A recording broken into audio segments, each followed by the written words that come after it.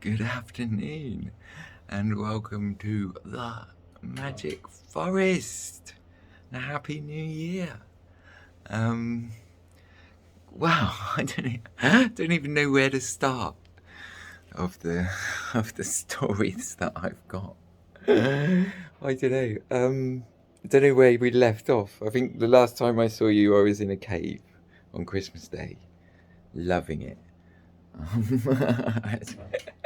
I did have a lovely Christmas, and New Year was good. New Year's really nice. Um, just with beautiful people who I already love from the homestay, and then I went into the village to the French bar where there's already people that I love, and did the countdown there, which was fun. Did the countdown in French, um, and then.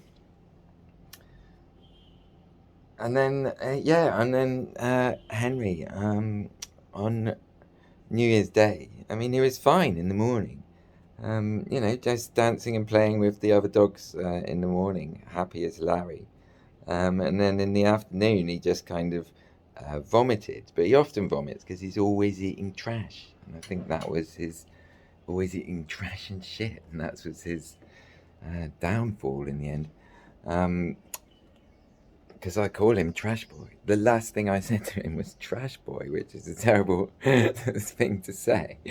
But he does eat everything that he's not supposed to eat.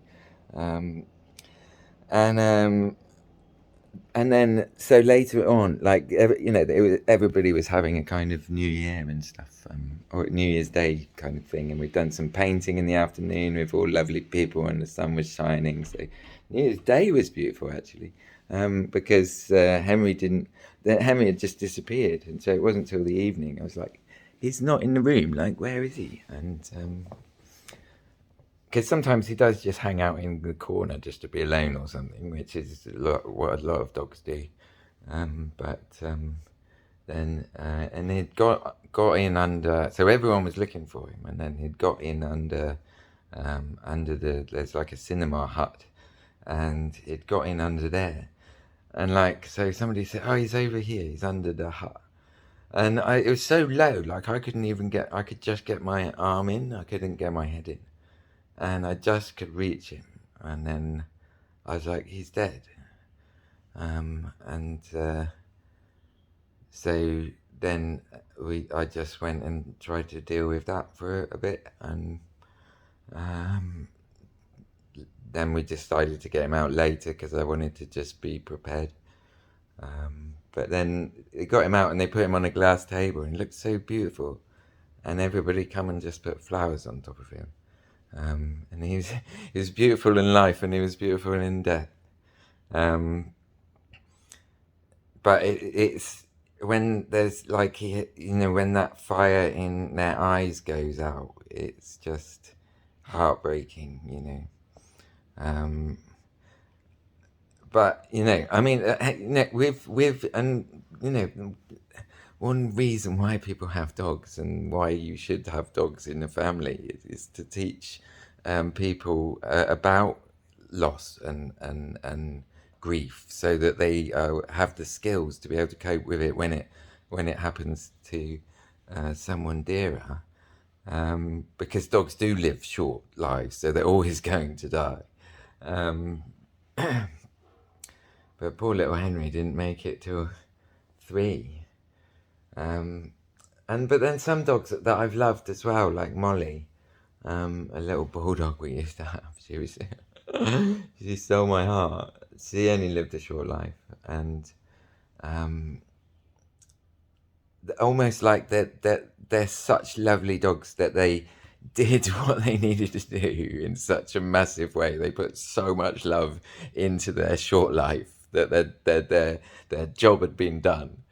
And so then yeah, like, and that's what dogs do. They just put love into your heart, and that love doesn't go away, you know. And it was so good that we had such an awesome adventure before he departed. And, he was back to full strength because when he recovered from his virus, he He was quite skinny because he hadn't eaten for like 10 days. He'd been on infusion. And so I was like feeding him up, like getting spam and meat from the shop and biscuits and giving him like, breakfast, lunch, and dinner and snacks. And he was back to, not fully back to his old size, but he was, uh, he was stocked up quite quickly because I wanted to feed him up so he could walk 123 kilometers, which he could fine. Like he was like he's better at walking than me, Jesus. At the end of the 45-kilometer day, he was like, I was like, we're nearly there. So I can't say that to him because he doesn't know what "we nearly there" means. So I just say, dinner, Henry. And then it's like, yay, thank God. Like, this is the longest walk I've ever done. Um, but that day was easy for me because I didn't have an 18-kilogram rucksack. But it was so nice because, and he was like, and then when we got back to home and he was fighting and playing with the other dogs, I said to Zhang, one of the artists there, it's so nice to see him playing and back to his old self again. But I think, at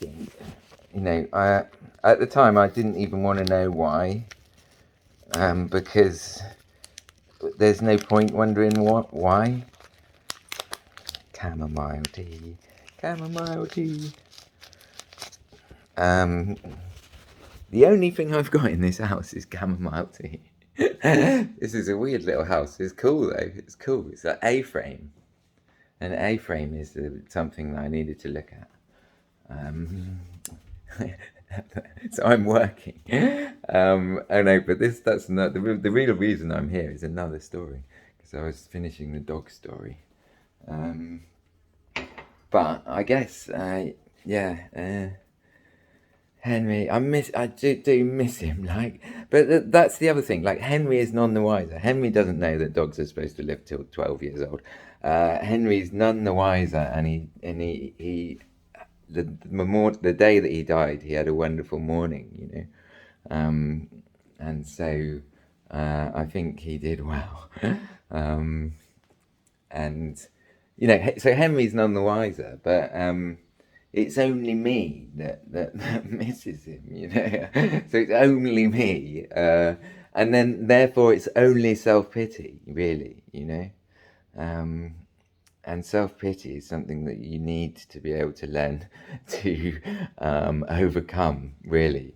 What am I doing? Chamomile tea, making a video, chamomile tea. Anyway, the one thing that when I miss him, like, because sometimes like there's a shape on the bed that looks like it might be a blanket or something in the Henry shape, and I just suddenly get sad because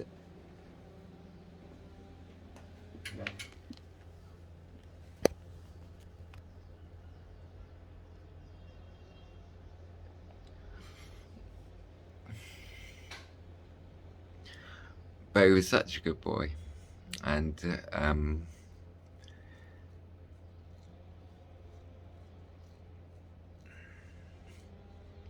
I guess when he was sick before, I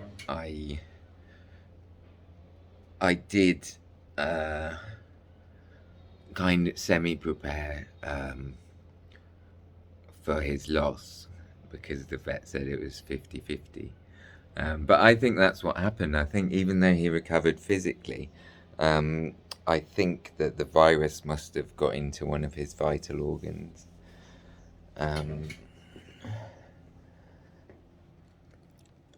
And so it was like suddenly whatever organ it was, it could be the liver or it could be the heart or could have even got into his blood.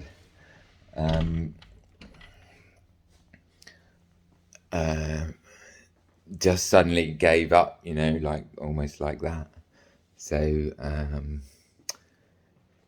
he didn't die suffering for very long anyway, definitely. Think, and it's interesting how like humans fear of dying alone whereas dogs will always go away to die in private, um, which is interesting.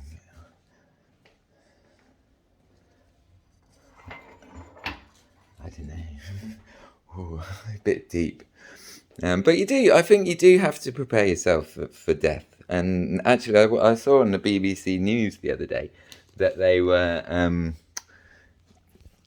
giving teachers an extra job to teach children about death and how to cope with it, because sometimes they lose parents when they're young and they haven't got any kind of idea how to cope with it. But I think our old friend Thich Nhat Hanh, he sums it up beautifully. He says, like, it's about existence and non-existence, and what he calls impermanence, the impermanence of life. And understanding impermanence is to understand that death is just so natural and part of life. That he gives the example of like an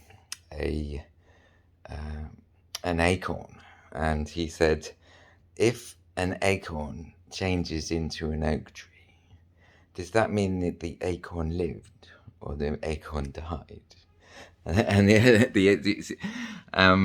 because that means the acorn was the acorn no longer exists, because it's turned into an oak tree, but it no longer exists. But it was part of the life. So it's like transformation as we transform back into the energy of the universe. It's impermanence. Impermanence. But I'll try and find a chapter for you about that, because this is a long video. Anyway, I'm sorry for being away, and that's like the dog part of the story, and I need to tell you about the bag part of the story too. Anyway, so I might do another video today, but I can't promise nothing. But I love you. This little cute magic forest over here, some fishies. Okay, I love you, and I shall see you in the magic forest.